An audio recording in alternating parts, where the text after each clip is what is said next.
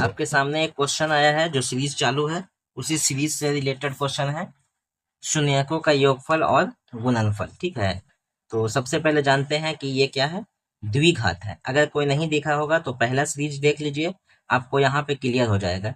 हर chapter से 2 दिन class लिया जा रहा है, 2 क्वेश्चन 3 क्वेश्चन ही दिया जा रहा है, उसी से आपको पूरा लेसन कंप्लीट हो जाएगा। ठीक है, तो यहाँ पर समझ लीजिए कि शून्यकों का योगफल और गुणनफल क्या होता है। त्रिघात में भी होता है। ठीक है, क्वेश्चन थोड़ा छूट गया, तो याद रखिए त्रिघात। सबसे पहले समझ लीजिए ये यहाँ पर ऐसे रहेगा तो त्रिघात, यानी कि जो भी पावर में 3 रहेगा तो 3 घात हो गया, तो त्रिघात इसको कहेंगे। इसके आगे में गुणांक है, जो संख्या का गुणांक है वो 4 लगा हुआ है, 5 6 7 कुछ भी हो सकता है।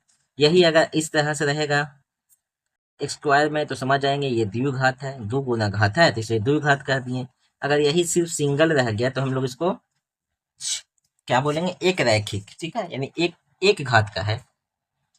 यहाँ से भी एक क्वेश्चन एग्जाम में बनता है कि इनमें से कौन द्विघात समीकरण का क्वेश्चन है, तो आपको पहचान लेना है कि सिर पे अगर 2 है तो द्विघात बोलेंगे, त्रि रहेगा तो त्रिघात रहेगा। ठीक है, तो यहाँ पे आपको क्वेश्चन देख लेना है। ठीक है, तो क्वेश्चन देखना है शून्यकों का योगफल, शून्यकों का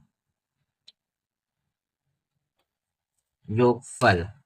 ठीक है, इसी को हम लोग अल्फा प्लस बीटा भी लिखते हैं। ठीक है, द्विघात का लिख रहे हैं। ठीक है, द्विघात है ना, तो द्विघात के शून्यकों का योगफल क्या होता है, तो -b/a होता है। ठीक है, दूसरा में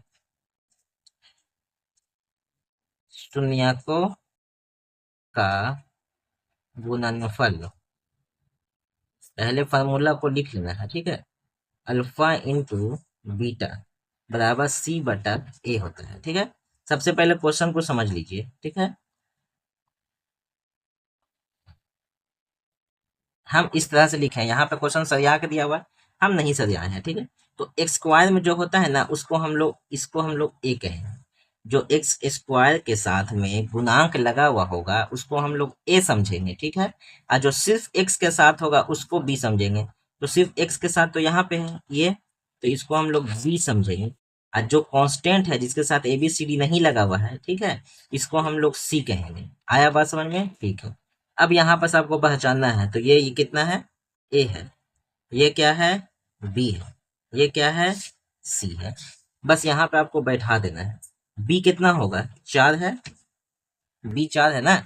अच्छा, फार्मूला में माइनस भी है तो माइनस दे देना है, क्वेश्चन में भी माइनस रहेगा तो उसको भी दे देना है। ठीक है, तो यहाँ पे 4 है बटा ए कितना है, 3। यही होगी आंसर आपका। चलिए c/a, फार्मूला बस है c/a गुणनफल का, दोनों निकालने के लिए बोला है गुणनफल। तो c है -3, तो माइनस में 3 दे दिए। फार्मूला में a कितना लिखना है, 3 ही है, काट के 1 आ गया, बराबर में -1।